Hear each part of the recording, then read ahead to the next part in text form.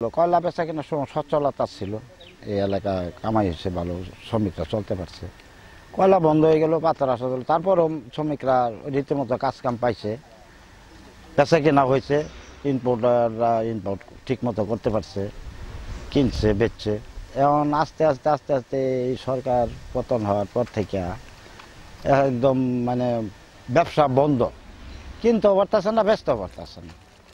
যখন আমাদের যে শ্রমিক তারা এখন কি করে খাবো, হাজার হাজার শ্রমিক আয়ে কাজ পায় না, ঘুরে ঘুরে দাম।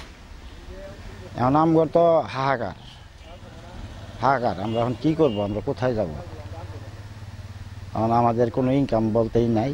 এই যে শতকরা 80% লোক যদি ঘুরে যায়, 20% লোকে যদি 325 টাকা পায়, এইটা তো কিছু চাহিদা মিটে না, কোনো চাহিদাই মিটে না। আমার এখন পিঠে দেওয়াল ঠেকে গেছে, চলার গরিব মানুষের চলার কোনো পথ নাই। এখন যদি কোনো সময় ব্যবসা চালু হয় হয়তো তাহলে চলতে পারবো। এইটাই আমার জীবনটা আমার এইভাবেই গেছে, এই শ্রমিক লেভেলে এই জীবনটা আমার 17-18 বছরের বয়সের থেকে বুঝ হওয়ার থেকে এই পরিশ্রম করতে করতে করতে করতে যখন মনে 70-74 বছর বয়স হয়েছে, এখন আমার এই শ্রমিক লেভেলে আমি আছি, কোনো পরিবর্তন নেই। আমার পরিবারবর্গ 2টা মেয়ে, 4টা ছেলে। 4টা ছেলের মধ্যে ফার্স্ট সেকেন্ড 2টা ছেলে মারা গেছে, তাদের ঘরে 4টা নাতি আছে।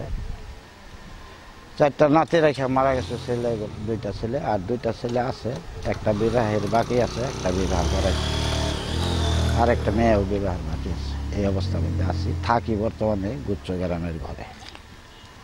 সরকারের একটা গুচ্ছ গ্রামের ঘর দিয়েছিল, ওখানেই থাকি।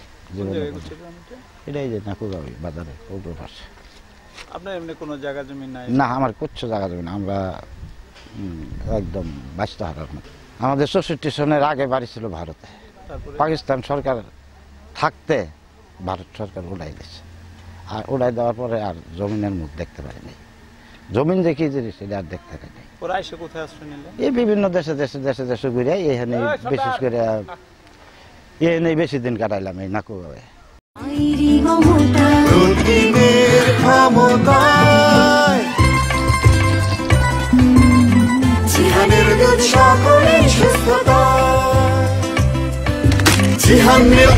জিহান মিল্ক